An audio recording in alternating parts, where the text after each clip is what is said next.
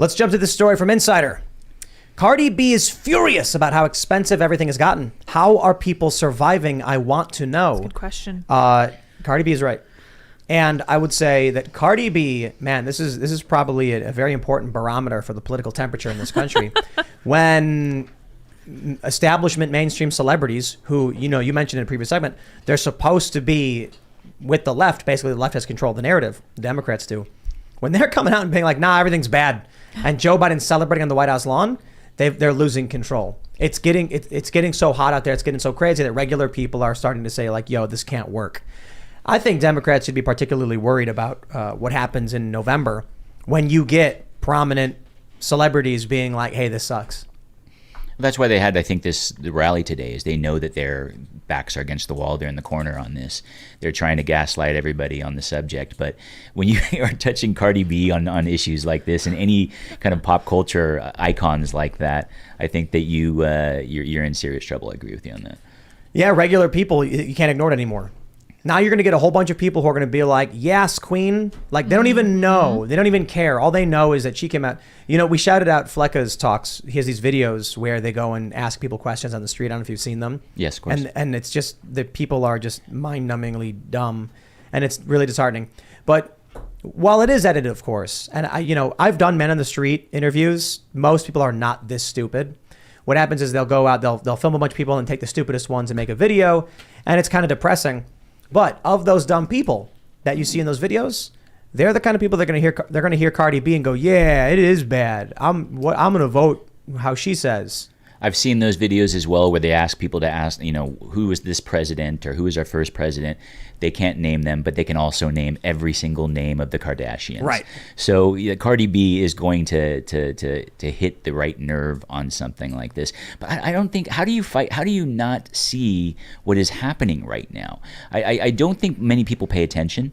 I think that they're relying on that and they're counting on people to not be paying attention to what's, the prices that are happening right now. It's way worse than it's being published because they've changed the barometers to calculate inflation. If you use the same numbers from the late 70s, which is kind of analogous, it's way worse than World War II. It was, and that was just an incredible time to live through. The gas lines that happened at that time, the prices were shooting up like crazy. Interest rates, we're complaining about interest rates now. Interest rates got to 14%. I think it was above 14% at that time. Like late 80s, wasn't it like 20? Exactly. Yeah. So, we're complaining about it now. We're just getting into this right now. This inflation thing, we're just getting started on it. Weimar Germany, baby. Yeah, regarding people not paying attention, is this why, like in the Soviet Union, they went after intelligentsia and they tried to take that strata out, is because those were the people that could see the nonsense, like they could see the lie? They were the dissidents, and that's why why the left sees their arts and music and TV as so valuable, is because they are the ones that are pushing that message out there. They start to lose little strands like Cardi B, and that you start to see the wall break down. And we're in an amazing time. Like, I don't want to put like fear porn out there. We live in a time now where shows like this exist, where barriers are being erased that were up before. There was 20 years ago, you couldn't create a movie and hope to get any distribution because there was no streaming. The technology wasn't there to push that thing out there. We live in a time now where we can actually just create something from our iPhone and put it out there into the world. So we have the tools to fight back on this. But I think the left has understood I think there's a hole almost in conservatism. There's a fatal flaw in conservatism, and I consider myself a conservative, that they haven't seen this coming for many, many years. They allowed this to happen. They allowed each one of these institutions to be taken over.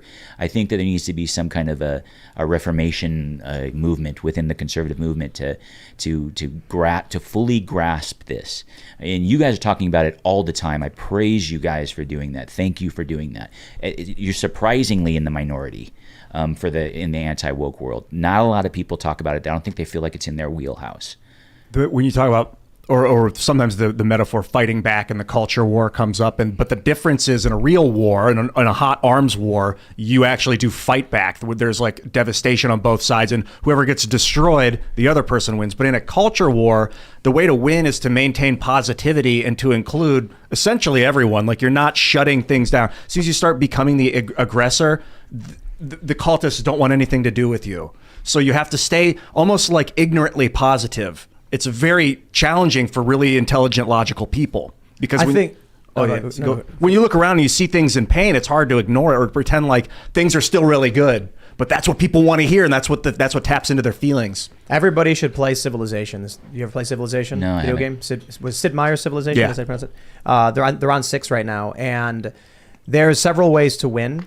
You know, you start as a nomadic tribe. You build cities. Eventually, you have borders. Eventually, your borders are pressing on other people's borders. Brilliant game. I've been playing it my whole life since Civilization 2. And you can win through a cultural victory. If you have cultural dominance over the planet, everybody just wants to be what you are. You win. The other thing that can happen is if your culture is so dominating, it can actually push the borders and annex cities and from other countries. So while it's a video game, understand this idea is rooted in real life. When you start getting cultural permeation, when American culture starts seeping into, say, the Soviet Union, people then start demanding what other people have. You end up with a Pizza Hut commercial with, was it Gorbachev? And he's like eating the pizza backwards. And then they're like, he brought Pizza Hut. Yay. That's what happens when your culture starts dominating other countries. Your own citizens start saying, we don't like you, we like them. For example, when the war with Ukraine broke out, Russian influencers were crying because they were getting banned on Instagram. So these are children of Russian officials with millions of followers being like, no, my life, I want to be American. That's a devastating thing to destroy your country when your own children are begging to be a part of a different country. I was getting the vibe. Absolutely. Just really quickly, culture is key. And I actually did what you described before. I had a picture of Kim Kardashian and George Washington, and I went to the streets of Times Square, and I was like, who's who? A lot of people got the Kardashians. Not a lot of people got the presidents. And just one more point, Ian, before I let you go here. Another thing that I really wanted to bring up specifically around this topic is that I sacrificed my well-being, and I listened to this Cardi B rant on Instagram. And she does talk about how she helps a lot of people and how even helping people is very difficult for her because more and more people need help now more than ever. She talks about how properties have gone up. She talks about how rents have gone up. And she talks about how do people deal if they don't have a quote, a Cardi B in their life. And she legitimately asked that question. She made it about her. She also addressed Joe Biden. And she said, you know, everyone's coming at me because I've supported Joe Biden and I campaigned for him. And she said, this is happening all over the world. This is happening because of the pandemic. And she specifically addressed Biden in this to make sure that she was still okay in the party establishment in the kind of sphere. So